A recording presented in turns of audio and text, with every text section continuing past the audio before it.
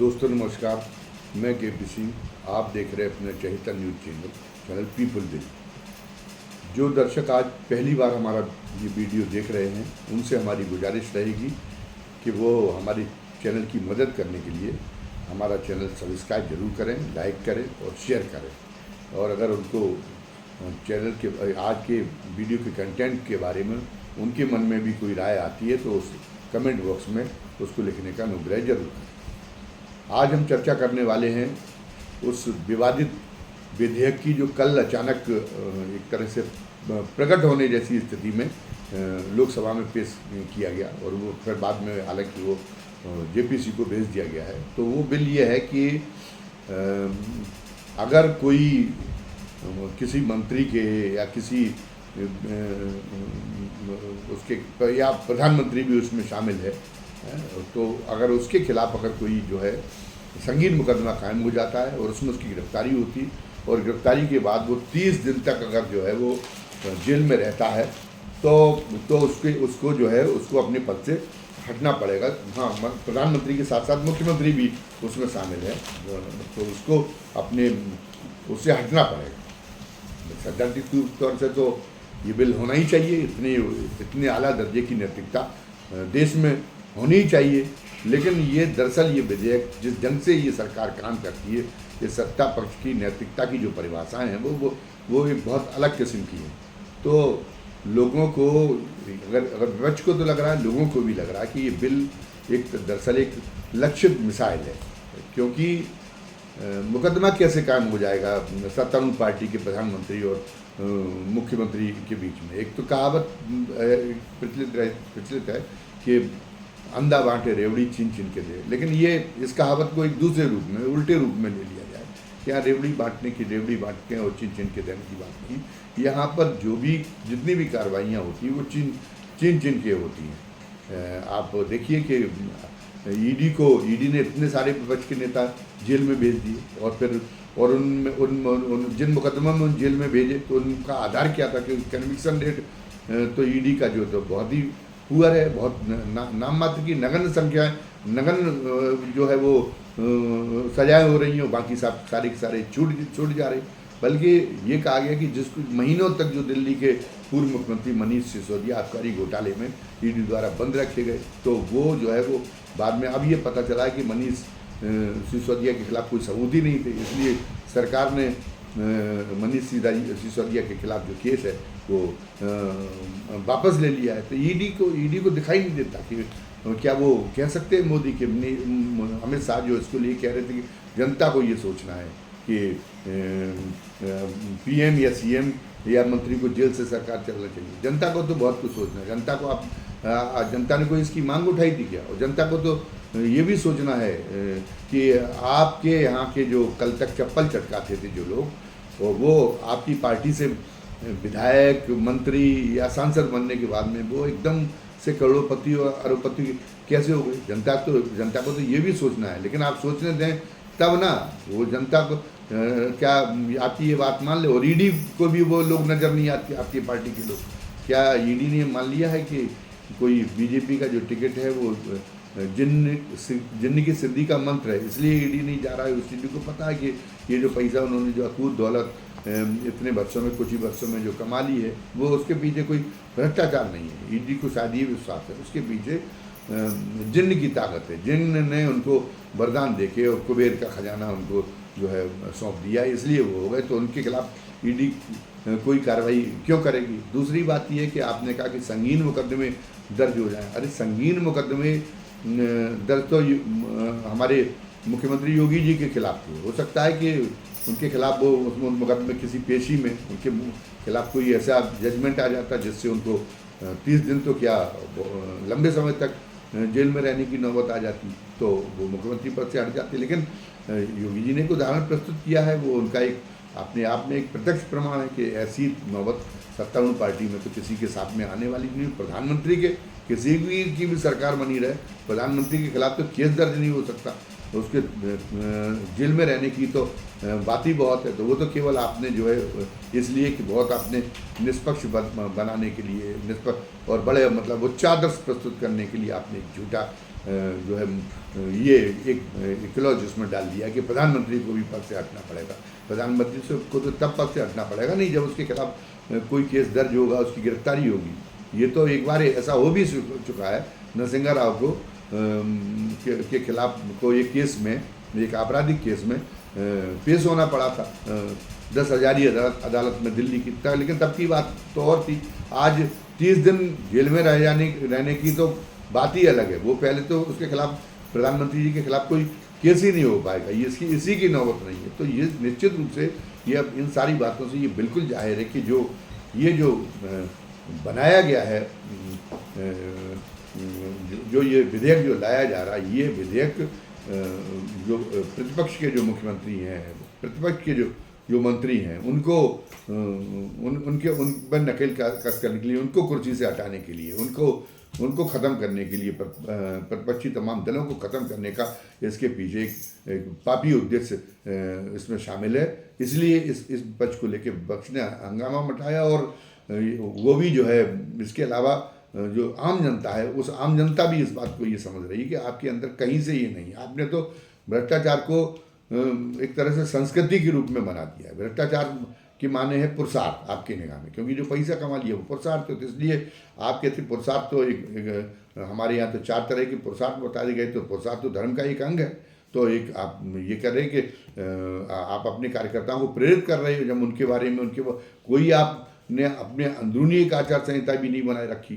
कि राजीव गांधी की आप बात कहते हैं कि वो कहते थे कि 100 पैसे, हम 1 रुपया भेजते हैं, 15 पैसे केवल जनता के बीच में, जनता के लिए पहुंच पाता है, 85 पैसे उसमें बीच में ही हड़प कर लिए जाते। तो वो कहते हैं कि राजीव गांधी अपने आप में प्रमाणित है कि वो भ्रष्ट सरकार है। अब इससे ज़्यादा धूर्तता का, इससे ज़्यादा ढटाई का कोई तर्क नहीं हो सकता। हो सकता है कि राजीव गांधी भी बहुत दूध के धुले हुए ना हो, लेकिन उन्हें ये तो डर था कि जनता, अगर हम भ्रष्टाचार के मुद्दे को अनदेखा करेंगे तो जनता हमें दंडित करेगी। जबकि वो न भूतो न भविष्य तो बहुमत वाली सरकार के वाले सदन, मतलब वाले पार्टी की ओर से नामित प्रधानमंत्री थे। तो सबसे अभी तक के सबसे ताकतवर प्रधानमंत्री थे संसद की संख्या बल के दृष्टिकोण से।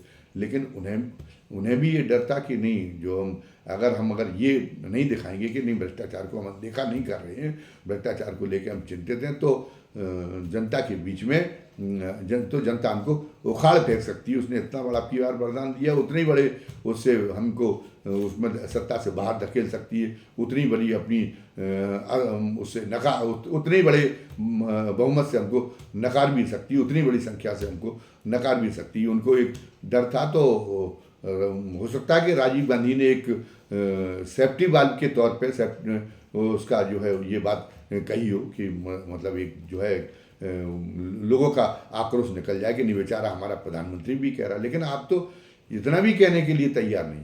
ये भी कहा जाता है कि राजीव गांधी एक फाइल बनाए हुए थे अपने सांसदों की, और जब उनको खबर मिलती थी कि कोई अमुक सांसद के बारे में बड़ा विवाद होता था कि उसके पैसे कमाने के आधार में वो बड़े धन हड़प रहा है, तो वो सांसद को तलब करते थे और सांसद से बात करते थे। और सांसद सफाई देने की कोशिश करता था, तो वो अपनी एजेंसियों से उसकी जहाँ कहाँ उसने संपत्तियाँ बना रखी हैं, कितना पैसा कहाँ लिया है, वो उसकी वो फाइल निकाल के सामने रख देते, तो सांसद की बोलती बंद हो जाती। तो भ्रष्टाचार खत्म तो नहीं होता था, लेकिन इन उपायों से भ्रष्टाचार एक सीमा में रहता था, एक दायरा था, एक न्यूनतम भ्रष्टाचार हो जाता था। लेकिन अब आपने तो हमने बताया कि उसको सांस्कृतिक मूल्य का दर्जा दे रखा है भ्रष्टाचार। तो आपका तो ये लगता है कि वो एक सांस्कृतिक प्रगति हो रही है, इसलिए आप अपने पार्टी के लोगों की ऐसी निगरानी नहीं करना चाहते, बल्कि उनको पूरी छूट देना चाहते कि वो भ्रष्टाचार के जरिए अपने आप को संपन्न बनाएं, अपने आप को समर्थ बनाएं, अपने आप को समाज में प्रतिष्ठित बनाएं। क्योंकि अब तो आपके इस पूरे कारनामे से जो पैसा पहले भी था, वो पैसा सबसे बड़ी प्रतिष्ठा का सबसे बड़ा जो है साधन पैसा हो गया। वो पैसा कैसा भी आए, कैसे भी भ्रष्ट साधनों से आए, पहले गलत कामों से अगर कोई पैसा कमा लेता था तो समाज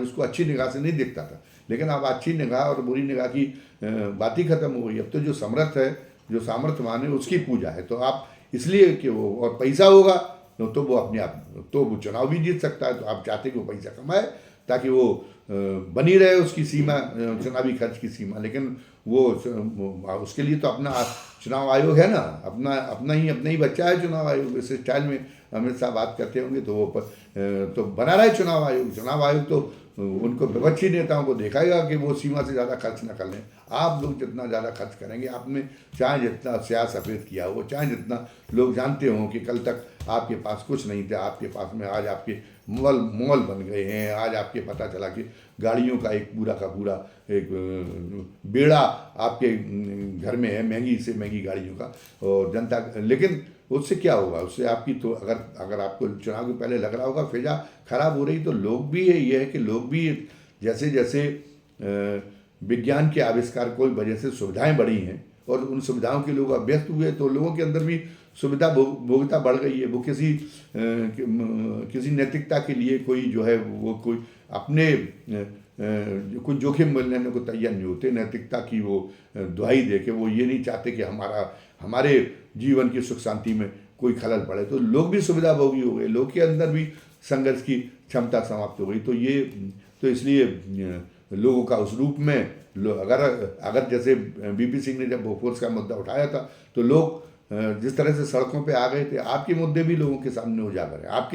आपके छोटे से छोटे कार्यकर्ता के जो रहन सहन में परिवर्तन आया उससे उजागर है। बाकी तो अदानी साहब को किस तरीके से हो रहा है, किस तरीके से आप पोस रहे हैं, जो समाज सेवा के लिए 1 रुपया खर्च नहीं करता, उद्योगपति जिसका रोजगार सृजन में कोई योगदान नहीं, तो वो जानता है कि शिखर पे भी क्या हो रहा है, शिखर पे भी कैसे बैठे, कैसे अमित शाह की जो इस बिल को पेश कर रहे थे, उनका एक जो उनका सुपुत्र है, जो कुछ हज़ार की कंपनी से शुरुआत करके और आज कहाँ पहुँच गया है, उसका भी कोई इतिहास नहीं है कि उसकी भी कोई ऐसी बातें सामने नहीं आती कि वो भी कोई अनिल अग्रवाल तो है नहीं। अनिल अग्रवाल ने कहा कि हमारा जीवन हम जो है इतनी एक उम्र के उस पड़ाव पे पहुंच गए कि हमें जो कुछ करना था तो उतना हम कर चुके, तो हमारी जितनी सामर्थ्य थी उतना पैसा कमा चुके। अब हम बाकी दिनों की तो जो हिंदू अध्यात्म में तो कहा गया है कि वो तो जो है जब चौथेपन आ जाता है तो सांसारिक मोह माया छोड़ देने चाहिए। तो उनके ऊपर असर हुआ कि उन्होंने 21,000 करोड़ रुपए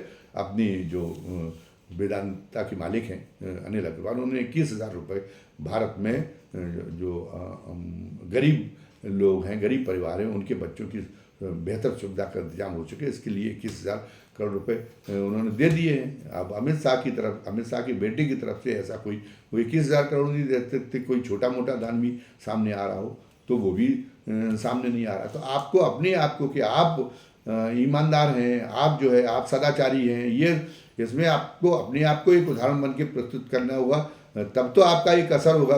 गुड़ वाली कहानी है कि गांधी जी के पास में या किसी महात्मा के पास में कोई एक आदमी गया, बोला मेरे बेटे के दांत खराब हो रही है, गुड़ बहुत खाता है, तो उन्होंने कहा नहीं महीने भर बाद आना तब मैं बताऊँगा। महीने भर बाद जब वो आया तो उन्होंने उससे कहा बेटा गुड़ खाने से तुम्हारे दांत खराब हो रहे और तुमको गुड़ खाना छोड़ देना चाहिए, और उसने बात मान ली। तो उन्होंने कहा ये इतनी बात से ही काम हो जाना था तो आपने महीने भर का इंतजार क्यों किया? तो उन्होंने महीने भर का इंतजार हमने इसलिए किया क्योंकि हम खुद भी गुड़ खाते थे उस समय तक। तो हमने खुद जब महीने भर तक गुड़ छोड़ के देख लिया, हमने खुद त्याग किया गुड़ का, तो फिर हमें लगा कि अब हम बात कहेंगे तो असर होगा। तो आप ये कह रहे हैं कि जनता चाहती है, आप इस बिल को ला रहे हैं, बिल तो बहुत अच्छा सैद्धांतिक रूप से तो होना ही चाहिए कि जो जेल चला गया वो जेल में भी वो जो है अपना मुख्यमंत्री बना रहे हो, और जेल से भी अपनी फाइलें जो है निपटाए, जेल से भी मंत्री बना रहे, जेल से भी अपनी बाकी फाइलें निपटाए। ये बात तो बहुत गलत है, तो ये होना चाहिए। लेकिन अब बात ये है कि आपने भ्रष्टाचार को